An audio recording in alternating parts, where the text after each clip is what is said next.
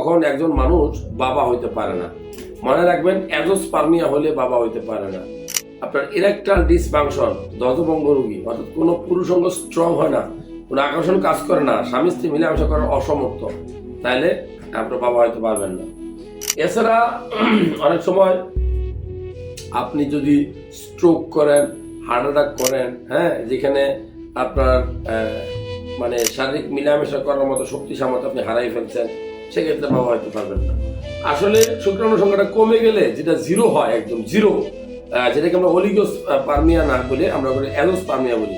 Oligospermia হলো যে 3 লাখ, 4 লাখ, 5 লাখ বা 1 মিলিয়ন, 2 মিলিয়ন, 3 মিলিয়ন, 4 মিলিয়ন থাকতে পারে, 7 মিলিয়ন থাকতে পারে, 15 মিলিয়নের নিচে, ওটাকে বলা হয় অলিগোস্পার্মিয়া। কিন্তু যদি আপনার শুক্রাণু সংখ্যা নীল হয়, নীল, একটাও নাই, বিলকুল নাই, তাহলে ওটাকে বলা হয় অ্যাজোস্পার্মিয়া। অ্যাজোস্পার্মিয়াটা নর্মালি 2 ধরনের হয়, একটা হলো অবস্ট্রাকটিভ, একটা নন অবস্ট্রাকটিভ। অবস্ট্রাকটিভ কোথায়? শুক্রাণু পয়দা হয় কোথায়? অন্ডকোষে তৈরি হয়। অন্ডকোষ থেকে শুক্রাণু আসার যে রাস্তা, ধরেন ভাস ডিফারেন্স, হ্যাঁ, তারপরে ধরেন আপনি ইপিডিডাইমিস, এই রাস্তা যদি ব্লক হয়ে যায় তাহলে এটাকে বলা হয় অবস্ট্রাকটিভ, মানে অ্যাজোস্পার্মিয়া, মানে রাস্তাটা নাই, যেই পথে আসতো সেই পথটা ব্লক হয়ে গেছে।